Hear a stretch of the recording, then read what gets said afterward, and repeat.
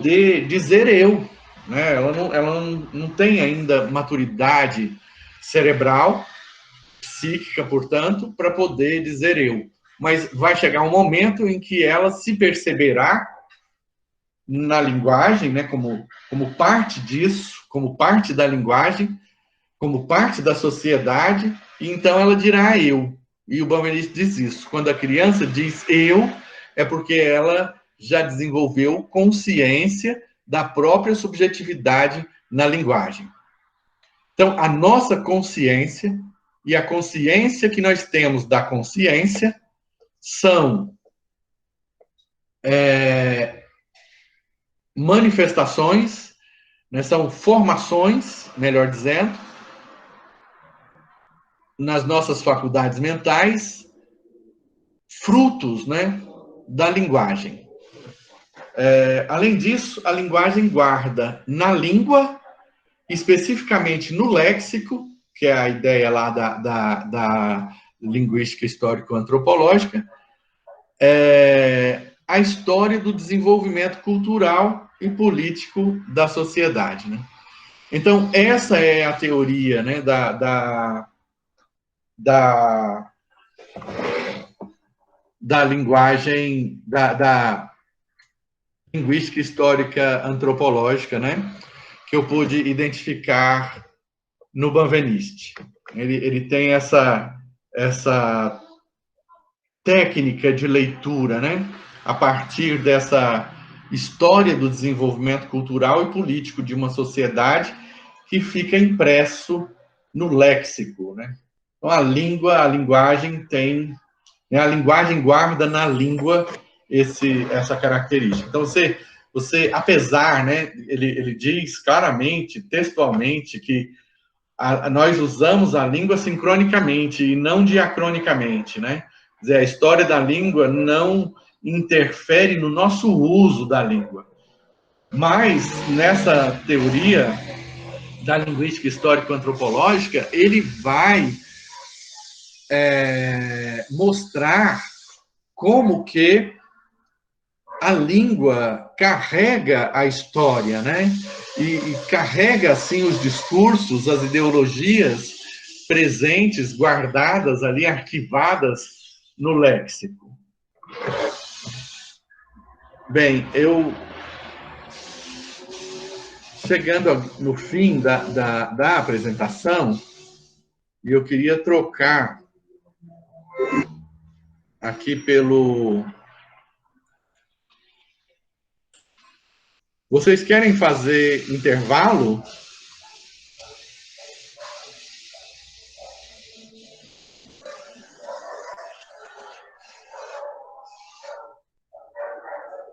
Rômulo, é você que comanda. Se você quiser um intervalo, você pode fazer. Mas normalmente a gente não faz intervalo. Ah, então vamos, que eu acho que eu devo terminar em meia hora. Tá. Então, aqui eu recortei aqui algumas, até a participação da Lilith. Quieta! Desculpa, gente. Ela tá brigando com o gato.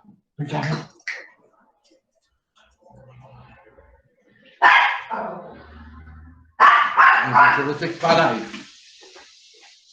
Quieta, sua menininha. Vai.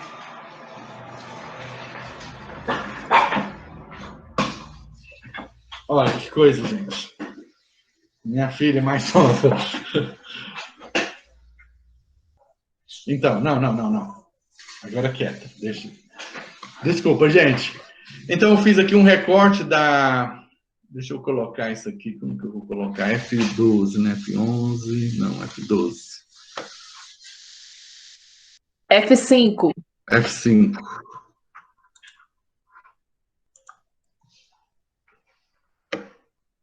Não, é que eu estou dentro do... Eu vou ter que voltar aqui.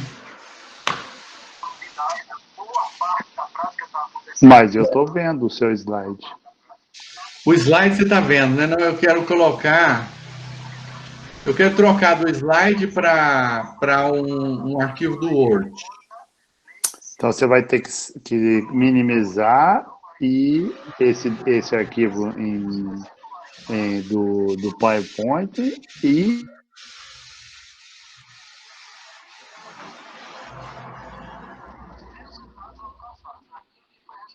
pôr o do Word. Word, né?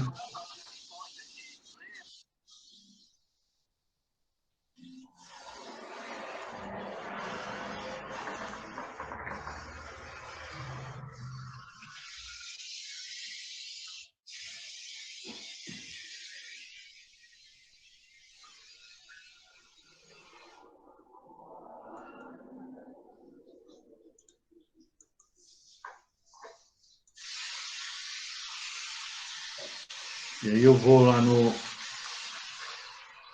apresentar.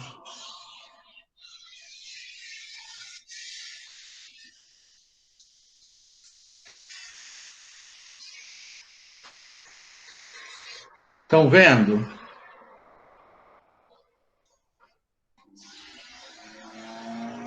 Estão vendo o Word? Não, sumiu da tela, Rômulo. Você precisa apresentar de novo, Rômulo. Uma janela. Apresentar agora uma janela. Agora. Sim. Agora, Estão vendo o Word? Sumário? Sim, estamos vendo. Estão vendo, né? Então, aqui o sumário da minha apresentação, da minha tese, né? Introdução, metodologia, Emílio e seu trabalho. Aí tem a sinopse descritiva dos ensaios, um capítulo, uma parte para cada parte do que ele faz, né? Ele pega, como eu disse, aqueles 48 ensaios e organiza em 6 partes, né?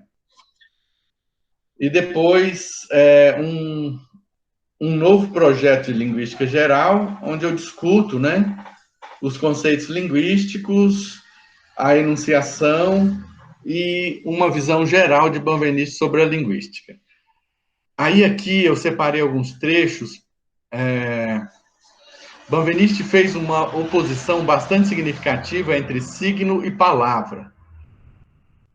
Quando ele faz os níveis, né, que ele discute os níveis da análise linguística, ele se volta com bastante ênfase para o signo linguístico.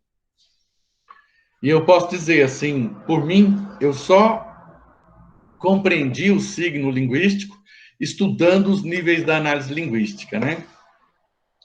Porque é algo que eu via em Saussure, lá no curso de Linguística Geral do Bahia, que ele pede desculpas quando ele vai explicar signo linguístico, ele pede desculpas por dar exemplo usando a palavra, né? Usar a palavra como exemplo de signo linguístico.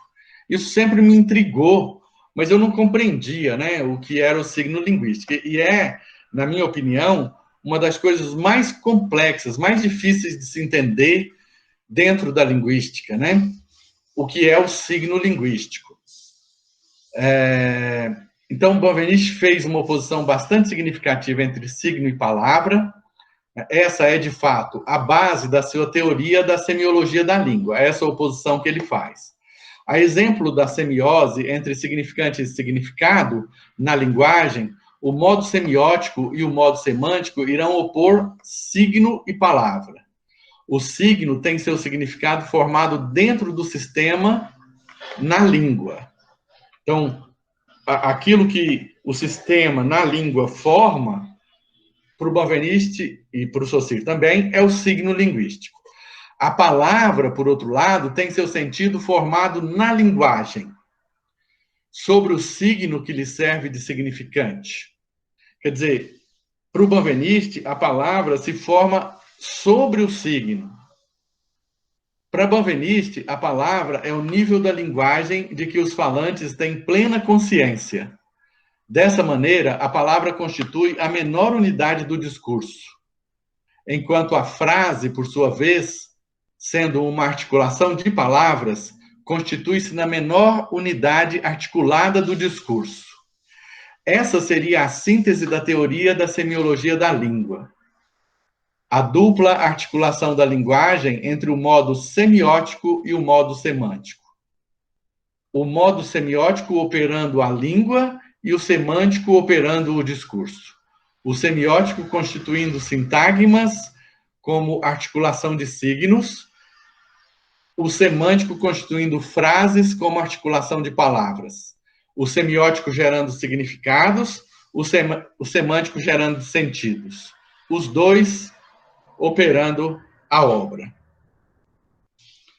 Agora, preciso dizer, né, que, como eu comecei a dizer agora, o signo, ele, para o Benveniste, não é só a palavra. A palavra é um dos níveis, né, da análise linguística. Se bem que o Benveniste vai chamar ele aí de monema, né? Não de palavra. O signo, linguisticamente constituído, não constituiria palavra, mas monema. É o discurso que vai constituir as palavras sobre os signos, segundo o Benveniste. Aqui passando, coisas que a gente já viu, a sinopse descritiva dos ensaios. Então, só voltando aqui nos ensaios, as brochuras, né, um total de 48 ensaios, distribuem em 6, né, que são as transformações da linguística, que abriga ensaios de cunho, sobretudo epistemológico, né, a história da linguística, o desenvolvimento da linguística, né, ele até tem uma coisa curiosa, né, que numa das entrevistas que ele publica nos problemas, ele diz que a linguística, né, o cara pergunta para ele quando a linguística começou, e ele diz, a linguística teve vários começos, né, um na Grécia, mas antes disso teve o Pânine, né, com a gramática do sânscrito. A segunda parte é a comunicação, que abriga ensaios que tratam das relações conceituais entre a linguagem e o discurso. Então, para Benveniste, a comunicação é uma parte bem pequena do discurso e não da linguagem. Ele diz que a linguagem não é uma ferramenta de comunicação, a linguagem é parte do ser humano e que a ferramenta é algo externo ao ser humano. Então, ele diz que a comunicação é algo da ordem do discurso e não da ordem da linguagem. Quer dizer, é algo muito específico dentro da linguagem como um todo, né? Terceiro, as estruturas e análises, que reúnem ensaios que analisam as estruturas da língua, né? Benveniste discute com um dos seus entrevistadores, né? Que o mais provocativo deles, e ele diz que a língua é uma estrutura, mas a sociedade também é uma estrutura.